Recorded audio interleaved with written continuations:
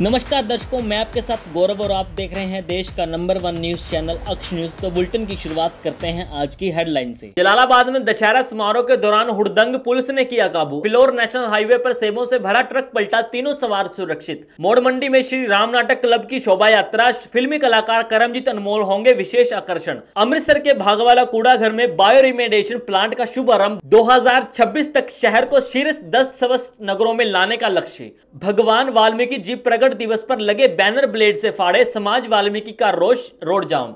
योगी आदित्यनाथ ने आगरा दुर्घटना का लिया संज्ञान, घायलों के उपचार के लिए दिए निर्देश। रणजीत सागर डैम से रावी दरिया में 35,000 क्यूसिक पानी छोड़ा गया। डिप्टी कमिश्नर ने नहरों और दरिया किनारों से दूर रहने की दी सलाह। जलस्तर खतरे के निशान के करीब, स्थिति फिलहाल नियंत्रण में।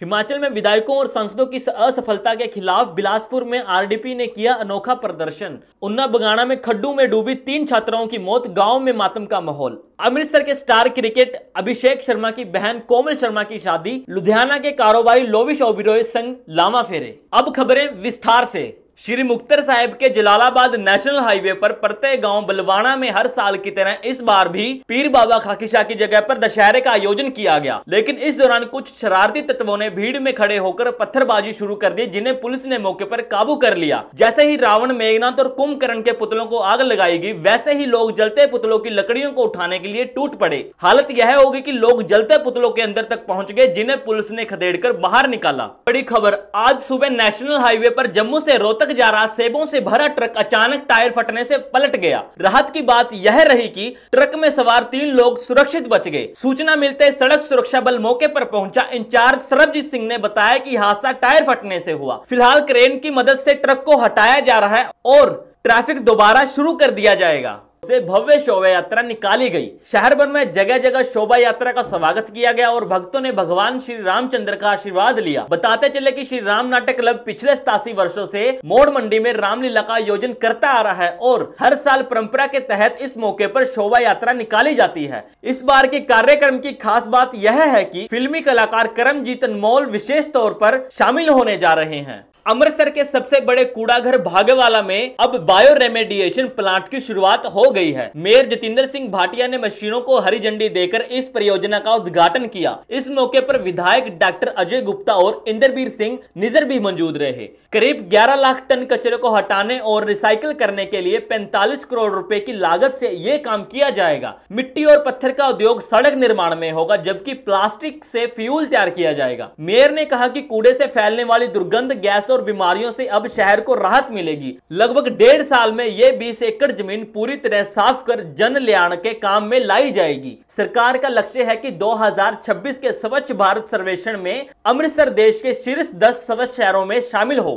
उन्हें ब्लेड से फाड़ दिया। इस घटना के बाद समाज में भारी आक्रोश देखने को मिला। गुस्से आए लोगों ने डीसी चौक पर सड़क जाम कर प्रदर्शन किया। सूचना मिलते ही पुलिस के वरिष्ठ अधिकारी मौके पर पहुंचे और जांच शुरू कर दी। अधिकारियों ने भगवान वाल्मीकि नौजवान सभा के अध्यक्ष कोमल सहोता और दलित समाज के नेताओं को भरोसा दिलाया कि आरोपियों को किसी हाल में बख्शा नहीं जाएगा। पुलिस ने मामला दर्ज कर लिया है और आसपास लगे सीसीटीवी कैमरे की फुटेज भी खंगाली जा रही है। वहीं समाज के नेताओं ने चेतावनी दी है कि अगर आरोपियों पर सख्त कार्रवाई नहीं हुई तो आंदोलन और तेज से किया जाएगा। आगरा से जहां एक दर्दनाक हादसे ने कई परिवारों को गमगीन कर दिया है। इस हादसे पर मुख्यमंत्री योगी आदित्यनाथ ने गहरा शोक जताया है। उन्होंने मृतकों के परिवारों के प्रति संवेदना व्यक्त की है कि प्रभु श्री राम से प्रार्थना की है कि दिवंगत आत्माओं को शांति मिले और परिवारों को इस दुख को सहने की शक्ति मिले। मुख्यमंत्री ने प्रशासन को घायलों का तुरंत इलाज करने के लिए निर्देश दिए हैं और उनके जल्द स्वस्थ होने की कामना भी की है। के 3 स्पिलवे गेट खोले गए। डिप्टी कमिश्नर पठानकोट ने लोगों से अपील की है कि वे नहरों, नालों और दरिया के किनारों से दूर रहें। डैम में पानी का स्तर लगभग 523 मीटर है, जबकि 527 मीटर खतरे का निशान माना जाता है। मौसम विभाग के अलर्ट के चलते यह कदम उठाया गया ताकि बाढ़ जैसी स्थिति से बचा जा सके। फिलहाल स्थिति पूरी तरह नियंत्रण में है और किसी भी खतरे की बात नहीं है। हिमाचल प्रदेश में विधायकों और सांसदों के कामकाज पर नाराज राष्ट्रीय देवभूमि पार्टी के कार्यकर्ताओं ने बिलासपुर के मंडी भराड़ी चौक 4 लेन में 68 विधायकों और सांसदों के नाम पर बने प्रतीकात्मक रावण के पुतले का दहन किया। यह प्रदर्शन पूरे प्रदेश में चल रहे अभियान का हिस्सा था। इस दौरान कार्यकर्ताओं और पुलिस के बीच हल्की धक्की मुक्की हुई, लेकिन कार्यकर्ता अपने आंदोलन पर अडिग रहे और रावण के पुतले को आग के हवाले कर दिया। पार्टी के युवा मोर्चा अध्यक्ष जगदीप ठाकुर ने कहा कि विधायकों ने आपदा के समय जनता की पीड़ा को नजरअंदाज किया और अपनी सैलरी और भत्ते बढ़ाए।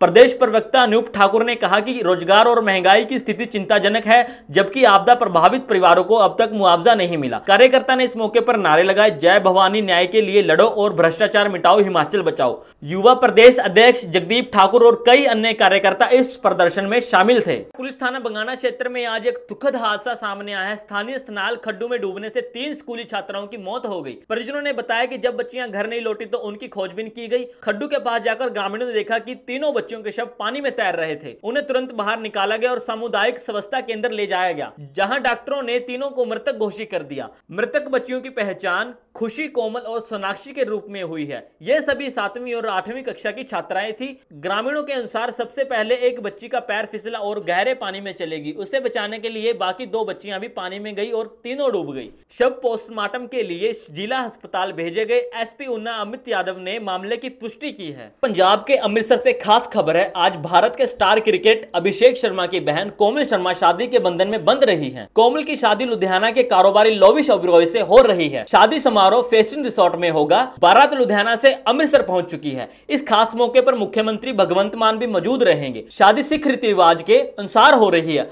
लामा फेरे गुरुद्वारा बाबा श्री चंद्र टाली साहिब में संपन्न होंगे। लामा फेरे के बाद परिवार रिसार्ट के लिए रवाना होगा। हमारी तरफ से कोमल और लोविश को शादी की ढेर सारी शुभकामनाएं।